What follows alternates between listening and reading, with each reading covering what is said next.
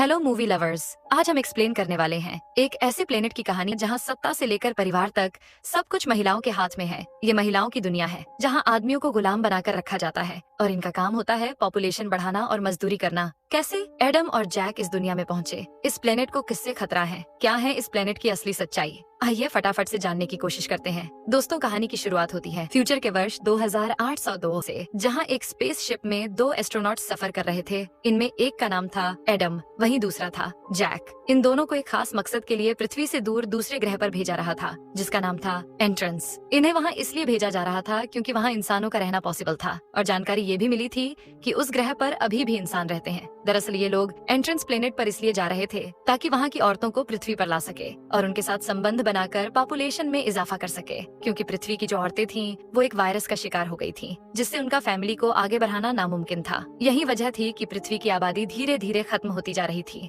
मानव जाति का अंत होने से पहले किसी भी तरह एंट्रेंस ग्रह पर पहुंचकर वहाँ की फीमेल्स को पृथ्वी पर लाना था, और इसकी जिम्मेदारी जैक और एडम के कंधों पर थी। जैसे ही ये लोग एंट्रेंस ग्रह की कक्षाओं में एंटर करते हैं, फ्रिक्शन की वजह से इनकी स्पेसशिप कंट्रोल से बाहर हो जाती है। जैक एडम किसी तरह इसे कंट्रोल करने की कोशिश करते हैं, पर कोई फायदा नहीं होता और स्पेसशिप फुल्ली स्पीड से दौड़ती है और फिर अचानक जमीन पर बुरी हालत में गिर जाती है। इस हादसे से एडम तो बच जाता है, लेकिन जैक का शोल्डर जख्मी हो जाता है। एडम जैक को जल्दी से स्पेसशिप से बाहर निकालता है और इसे एक इंजेक्शन देता है, जिसके बाद जैक को थोड़ा बेहतर फील होता है। अब जब ये लोग आसपास का नजारा देखते हैं तो काफी हैरान होते हैं, क्योंकि आसपास न तो कोई इंसान था और न ही कोई जानवर। दूर दूर तक सिर्फ रेगिस्तान, पत्थर और मिट्टी ही मिट्टी थी। ये देख इन लोगों को लगता है कि शायद ये लोग गलत ग्रह पर आ गए हैं, लेकिन तभी इन्हें एक कुत्ते के भौंकने की आवाज सुनाई देती है। दोनों आवाज सुन शॉक्ड रह जाते हैं और एडम जल्दी से इस आवाज को फॉलो करता है, और जब जाकर देखता है तो एक छोटा लड़का कुत्ते को अपने हाथ में लेकर खड़ा होता है। इस बच्चे का नाम था विल, जो कि एडम को देख सहम सा जाता है और इससे बचकर यहाँ से भागने लगता है। एडम इसे रोकने, इससे बात करने के लिए इसके पीछे पीछे भागता है। विल भागते भागते काफी दूर चला जाता है और इसे यहाँ कुछ महिलाओं का ग्रुप मिलता है, जो कि देखने में सैनिक की तरह लग रही थी। ये महिलाएं विल के साथ काफी रूड बिहेव करती हैं और फिर विल को पकड़कर अपने साथ घसीटती हुई यहाँ से ले जाती हैं। विल के जाते ही एडम भी इस जगह पर आ जाता है और इसे यहाँ एक चाकू पड़ा हुआ दिखाई देता है। एडम जानता था कि विल जरूर आस पास होगा, इसलिए ये उसे तलाश करने के लिए थोड़ा और आगे बढ़ने का फैसला करता है, और कुछ दूर चलने पर इसे एक बड़ा और शानदार सा महल दिखाई देता है। पहले तो एडम अंदर जाने में थोड़ा झिझकता है, लेकिन फिर हिम्मत करके अंदर चला जाता है, जहाँ इसे महल में कई सारी महिलाएं दिखाई देती हैं, जो कि प्रेयर कर रही थीं। यहाँ टेक्सन नाम की एक महिला भी होती है, जो कि काफी पावरफुल थी। यहाँ महिलाओं की बातें सुनकर एडम को पता चल जाता है कि इस ग्रह पर महिलाओं का ही शासन है। आदमियों को तो सिर्फ जनसंख्या आगे बढ़ाने, मजदूरी करने के लिए रखा गया है। ये महिलाएं एक सांप को बुलाने के लिए प्रेयर कर रही थीं, और इन धार्मिक महिलाओं की हेड थी टेक्सन। ये भी सांप के लिए प्रेयर करती हैं। और तभी यहाँ महल की रानी सुमुरु भी आ जाती है, और थोड़ी देर में एक बड़े से होल से एक सांप भी निकल आता है, जिसे ये लोग गॉड की तरह पूजते हैं। टेक्सन सांप को खुश करने के लिए विल की बलि देने का फैसला करती है। एडम भी ये सब नजारा छुपकर देख रहा होता है, लेकिन इनके सामने आने की हिम्मत नहीं करता। विल के चेहरे से जब नकाब हटाकर उसका चेहरा दिखाया जाता है, तो यहाँ एक महिला सैनिक इस बलि को देने से मना करती है, और इसका नाम था डोव। विल इसी का भाई था, इसलिए ये टेक्सन के सामने खड़ी हो जाती है और इस बलि को रोकने के लिए टेक्सन के सैनिकों पर अटैक कर देती है। इस बीच जो सांप होता है वो टेक्सन के एक साथी को निगल जाता है, और सुमुरु ये सब देख रही होती है। डोव जो थी वो सुमुरु की खास गार्ड थी, इसलिए डोव को बचाने के लिए सुमुरु को भी इस लड़ाई का हिस्सा बनना पड़ता है। और यहाँ हमें पता चलता है कि सुमुरु और टेक्सन दोनों एक दूसरे को बिल्कुल भी पसंद नहीं करती है। इन दोनों का अपना अलग अलग ग्रुप है। टेक्सन बहुत ही शातिर और खतरनाक महिला है, इसलिए महल के ज्यादातर लोग इसे पसंद नहीं करते हैं, लेकिन ये महल की रानी बनना चाहती है, इसलिए ये अपने साथ ज्यादा से ज्यादा लोगों को जोड़ रही है, और इनका ग्रुप रिलीजियस है। वहीं जो सुमुरु है वो महल की रानी होने के साथ साथ एक अच्छी महिला भी है, और ये टेक्सन को राजगद्दी पर बैठाना नहीं चाहती, इसलिए दोनों में कुछ खास बनती नहीं है। टेक्सन डोव को कैद करने का आर्डर देती है, लेकिन सुमुरु टेक्सन के खिलाफ खड़ी होकर डोव को बचा लेती है, जिस वजह से दोनों में बहस भी होने लगती है। एडम भी ये सब चुपचाप देख रहा होता है और पूरी बात को समझने की कोशिश करता है, लेकिन इतने में ही इसके पास जैक का फोन आ जाता है। इसकी आवाज इतनी तेज होती है कि महल में मौजूद सभी महिलाएं ये आवाज सुन लेती हैं, और एडम भी इनके सामने आ जाता है। एडम को यूं महल में छुपा देख टेक्सन तुरंत अपने सैनिकों को इसे बंदी बनाने का फरमान जारी करती है, क्योंकि एडम ने एंट्रेंस ग्रह के नियम को तोड़ दिया था। दरअसल इस प्लेनेट पर किसी भी आदमी को छुपकर महिलाओं की बातें सुनने की इजाजत नहीं थी। यहाँ इस छोटी सी गुस्ताखी को एक बड़ा गुनाह समझा जाता था, इसलिए सैनिक एडम को पकड़ने के लिए आगे बढ़ते हैं। लेकिन एडम इनकी गिरफ्त में आने से पहले ही अपनी गन से हवा में शूट कर देता है और यहाँ से भाग जाता है। इस फायरिंग से महल में अफरा तफरी मच जाती है और इसी भीड़ भाड़ का फायदा उठाकर विल इस महल से अपनी जान बचाकर भाग निकलता है और भागते भागते एडम के पास पहुँच जाता है। और अब दोनों अपनी अपनी जान बचाने के लिए स्पेसशिप की तरफ दौड़ते हैं ताकि उसमें छुप सके, लेकिन टेक्सन की महिला सैनिक भी लगातार इनके पीछे भागती रहती है। एडम जल्दी से विल को लेकर अपनी स्पेसशिप के पास पहुंच जाता है और जैक की मदद से विल को तो स्पेसशिप में भेज देता है, लेकिन खुद इन सैनिकों को रोकने के लिए इन पर फायरिंग करता है। इसी बीच टेक्सन का सैनिक एडम के पैर पर अटैक कर देता है और एक जहरीला तीर एडम के पैर पर आ लगता है, जिससे एडम की तबीयत खराब होने लगती है। पर यह हिम्मत नहीं हारता और जैक की मदद से स्पेसशिप के अंदर पहुंच जाता है। जो तीर एडम के पैर पर लगा था उसमें जहर लगाया गया था, इसलिए एडम की कंडीशन धीरे धीरे खराब होने लगती है और जैक को कुछ भी समझ नहीं आता। इतने में ही यहाँ रानी सुमुरु भी अपने सैनिकों इजसन के साथ आ जाती है और टेक्सन के साथियों को यहाँ से अभी इसी वक्त जाने का आर्डर देती है। रानी का आर्डर मिलने के बाद ये लोग यहाँ से चले जाते हैं और फिर सुमुरु स्पेस शिप के अंदर जाती है और देखती है कि एडम की हालत बहुत ज्यादा बिगड़ गई है। रानी सुमुरु जल्दी से अपने बालों से एक पिन निकालती है और इसे एडम के शरीर में चुभा देती है, जिसके बाद एडम ठीक होता जाता है। कुछ देर बाद जब एडम की आंख खुलती है तो वो खुद को रानी के महल में पाता है। यहीं जैक भी मौजूद होता है और ये एडम के पास आकर इसे बताता है कि रिसर्च से पता चला है कि ये एंट्रेंस प्लेनेट सिर्फ 2 महीनों का ही मेहमान है, यानी 2 महीनों बाद ये पूरी तरह खत्म हो जाएगा और इसकी वजह होगा भूकंप, जो यहाँ बहुत ज्यादा आता है। भूकंप ही धीरे धीरे इस ग्रह को खत्म करता जा रहा है, इसलिए हमें जल्द ही इस ग्रह से निकलना होगा। बातों के दौरान ही एक और भूकंप आ जाता है और यहाँ विल भी एडम से मिलने आता है। अभी ये लोग यहाँ से निकलने के बारे में सोच ही रहे थे कि इतने में सैनिक आकर एडम को रानी सुमुरु के पास ले जाते हैं। एडम सुमुरु को सारी सच्चाई बता देता है और कहता है कि हम दोनों पृथ्वी से यहाँ आए हैं ताकि यहाँ की महिलाओं को ले जा सके और पृथ्वी की पॉपुलेशन बढ़ा सके। साथ ही एडम ये भी बताता है कि एंट्रेंस ग्रह के पूर्वज भी पृथ्वीवासी ही थे। ये सुन सुमुरु को भी एडम पर यकीन हो जाता है, क्योंकि सुमुरु को भी यही बताया गया था। दरअसल ये लोग पहले पृथ्वी पर रहते थे, फिर उन्हें रिसर्च के लिए एंट्रेंस ग्रह पर भेजा गया। 100 सालों तक इन लोगों ने पृथ्वी पर जानकारी भेजी, लेकिन फिर कुछ प्रॉब्लम होने की वजह से ना तो ये पृथ्वी पर कांटेक्ट कर पाए और न ही इन्होंने वहाँ जाने की कोशिश की, क्योंकि इन्हें ये ग्रह अब अपना घर लगने लगा था। सुमुरु टेक्सन के बारे में भी बताती है कि इस ग्रह पर जब ज्यादा भूकंप आने लगे थे तो लोगों ने भगवान में विश्वास करना शुरू कर दिया था और इसी धार्मिकता का फायदा उठाकर टेक्सन ने लोगों को अपने साथ जोड़ लिया ताकि वो लोगों की सपोर्ट से यहाँ की रानी बन सके, क्योंकि टेक्सन भी एक शाही परिवार से ही ताल्लुक रखती है। इसलिए टेक्सन का मानना है कि शाही परिवार के लोगों को ही इस ग्रह पर राज करने का हक है। इसके बाद रानी सुमुरु एडम को अपने साथ एक जगह लेकर जाती है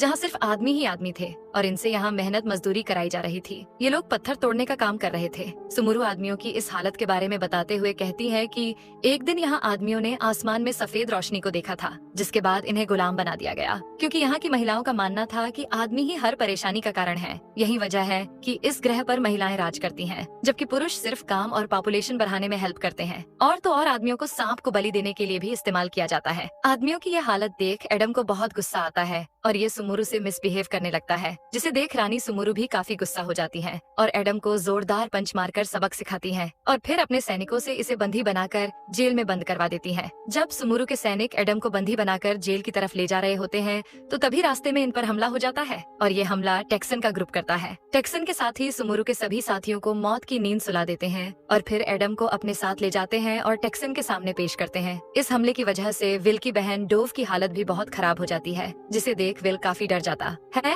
और कुछ ही देर में विल के हाथों में डोव दम तोड़ देती है। वहीं दूसरी तरफ हमें टेक्सन को दिखाया जाता है, जो कि एडम को अपने ग्रुप का हिस्सा बनने का ऑफर देती है, लेकिन एडम इसे एक्सेप्ट नहीं करता, क्योंकि ये जानता था कि टेक्सन एक अच्छी औरत नहीं है। इसलिए ये न तो इसका साथ देता है और न ही इसके साथ काम करने के लिए राजी होता है। एडम का न में जवाब सुन टेक्सन को बहुत गुस्सा आता है और ये एडम को मारने की कोशिश करती है, पर इतने में ही यहाँ जैक और सुमुरु आ जाते हैं। एडम भी टेक्सन को अपने काबू में कर लेता है। ये सब देख टेक्सन का गुस्सा और ज्यादा बढ़ जाता है और ये अब रानी सुमुरु पर ही अटैक कर देती है, पर रानी सुमुरु एक ऐसा जोरदार पंच मारती है कि टेक्सन जमीन पर दूर जाकर गिरती है। इसके बाद सुमुरु जैक एडम को लेकर यहाँ से निकलने लगती है। इनके साथ सुमुरु के साथी भी शामिल थे। ये लोग एक गुफा के रास्ते से सेफली बाहर निकलने की कोशिश करते हैं। रास्ते में जैक एडम को इन्फॉर्म करता है कि अब हमारे पास ज्यादा टाइम नहीं बचा है, जल्द ही प्लेनेट खत्म होने वाला है, क्योंकि जो पुराने भूकंप के झटके थे उन्होंने प्लेनेट को बहुत ज्यादा नुकसान पहुंचाया है। इसलिए ना तो अब इस प्लेनेट के पास ज्यादा टाइम है और न ही हमारे पास। इन दोनों की बातें रानी सुमुरु भी सुन लेती है और इन्हें व्हाइट जोन नाम की जगह के बारे में बताती है। दरअसल व्हाइट जोन वही जगह थी जहाँ सबसे पहले यहाँ आने वाले इंसानों का स्पेसशिप उतरा था। ये बात सुन एडम और जैक को काफी खुशी होती है क्योंकि इन्हें उम्मीद होती है कि ये उस सालों साल पुराने स्पेसशिप को ठीक करके इस प्लेनेट से बाहर निकल सकते हैं। और इस काम में रानी सुमुरु भी इनकी मदद करने के लिए राजी हो जाती है। इसलिए ये दोनों रानी सुमुरु और उसके साथियों के साथ व्हाइट जोन नाम की जगह पर पहुंचने का फैसला करते हैं। सब लोग वहां जाने लगते हैं, लेकिन कुछ देर बाद खुलासा होता है और इन्हें पता चलता है कि ये अकेले नहीं हैं, बल्कि टेक्सन के लोग इनके पीछे आ रहे हैं। ये जानने के बाद ये लोग बड़ी चालाकी से उनसे बचकर बाहर निकल आते हैं। यहाँ कुछ कैदियों को भी कैद करके रखा गया था, लेकिन रानी सुमुरु अब इन्हें आजाद करने का आर्डर देती है, क्योंकि ये चाहती थी कि प्लेनेट के तबाह बर्बाद होने से पहले इन्हें भी अपनी जान बचाने का एक मौका जरूर मिलना चाहिए। इसलिए सब कैदियों को रिहा कर दिया जाता है। अब ये लोग फिर से व्हाइट जोन की तरफ अपना सफर तय करते हैं और रास्ते में एडम रानी सुमुरु से कहता है कि तुम्हें भी हमारे साथ इस प्लेनेट से बाहर निकलकर पृथ्वी पर चलना चाहिए। साथ ही ये भी कहता है कि मैं तुम्हें वहाँ बहुत खुश रखूंगा। पर रानी सुमुरु पृथ्वी पर जाने से मना कर देती है, क्योंकि रानी सुमुरु के लिए ये प्लेनेट ही उसका घर था और यहाँ रहने वाले लोग उसका परिवार, जिन्हें ये मरने के लिए अकेले नहीं छोड़ सकती थी। इसलिए ये अकेले पृथ्वी पर जाने से साफ इनकार कर देती है। कुछ दूर चलने पर इन्हें जमीन पर पड़ा एक कंकाल दिखाई देता है। जैक इस कंकाल को जब चेक करता है तो पता चलता है कि ये 2-3 साल नहीं बल्कि कई 100 साल पुराना है। उस वक्त यहाँ एक बहुत भयानक विस्फोट हुआ था, जिसकी चपेट में यहाँ मौजूद लोग आ गए और सभी मारे गए। लेकिन ये कंकाल आज तक उस वारदात का सबूत बनकर यहाँ मौजूद है। विस्फोट के बारे में सुनकर रानी सुमुरु समझ जाती है कि ये विस्फोट जरूर उसी सफेद रोशनी का होगा जिसके बारे में इनके पूर्वज इन्हें बताया करते थे। ये सब जानने और समझने के बाद रानी सुमुरु बहुत ज्यादा दुखी होती है, क्योंकि इससे आदमियों के बारे में जो कुछ भी कहा गया था वो सब झूठ था। आदमी हर प्रॉब्लम की वजह नहीं होते और ना ही वो खतरनाक होते हैं। ये सच जानने के बाद सुमुरु को अपनी गलती का एहसास होता है कि सालों से इस झूठ की वजह से आदमियों को यहाँ गुलाम बनाकर रखा गया और अब भी उनके साथ बुरा बर्ताव किया जाता है। एडम रानी सुमुरु को समझाता है कि जो हुआ उसको बदला नहीं जा सकता, लेकिन अब हमें जल्द से जल्द व्हाइट जोन तक पहुँचना होगा, क्योंकि हमारे पास ज्यादा वक्त नहीं बचा है। एडम की बात सुन सभी लोग जल्दी से व्हाइट जोन की तरफ दौड़ते हैं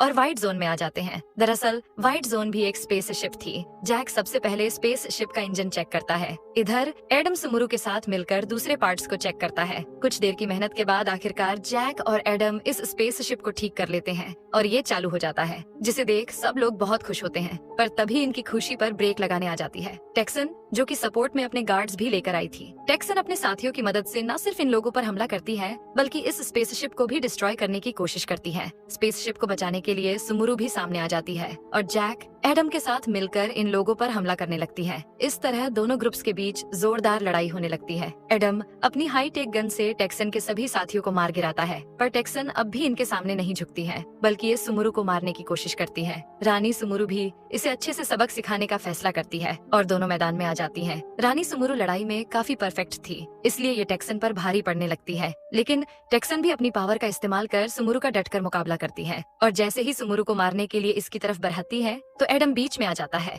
और सुमुरु को बचाने के लिए टेक्सन को शूट कर देता है। इस हमले से टेक्सन इलेक्ट्रिक ग्रिड से टकरा जाती है और इसे करंट का झटका लगता है और इसकी यही डेथ हो जाती है। टेक्सन का चैप्टर क्लोज हो चुका था और अब किसी भी वक्त ये ग्रह भी तबाह होने वाला था। ये बात अब सुमुरु भी अच्छे से जान चुकी थी, इसलिए ये एडम की बात मान लेती है और पृथ्वी पर जाने का डिसाइड करती है। अब जैक पृथ्वी पर जाने के लिए जल्दी से स्पेसशिप का इंजन चालू करता है और सभी लोग स्पेसशिप में बैठकर आसमान में ऊपर उठने लगते हैं। जब इस प्लेनेट के लोग स्पेसशिप को ऐसे हवा में देखते हैं तो काफी ज्यादा डर जाते हैं और इन्हें कुछ भी समझ नहीं आता। स्पेसशिप के अंदर लगी स्क्रीन की मदद से एडम और सुमुरु भी इन लोगों को देख रहे होते हैं। एडम को इन्हें अकेला मरने के लिए छोड़ना बिल्कुल भी अच्छा नहीं लगता, क्योंकि वो जानता था कि जल्द ही ये प्लेनेट खत्म होने वाला है और यहाँ मौजूद सभी लोगों का मरना तय है। इसलिए ये इनकी मदद करने का फैसला करता है और जैक से कहकर स्पेसशिप को वापस जमीन पर लैंड करने को कहता है, लेकिन जैक ऐसा करने से मना करता है क्योंकि इसमें उसकी जान को भी खतरा था। पर सुमुरु और एडम के समझाने पर आखिरकार जैक स्पेसशिप को लैंड करता है। स्पेसशिप को देखकर सब लोग काफी डरे हुए होते हैं, इसलिए रानी सुमुरु आगे आकर इन्हें समझाती हैं और प्लेनेट के बर्बाद होने की बात भी बताती हैं। सुमुरु की बात मानकर सभी लोग स्पेसशिप में आ जाते हैं और अब स्पेसशिप पृथ्वी पर जाने के लिए पूरी तरह से तैयार होता है।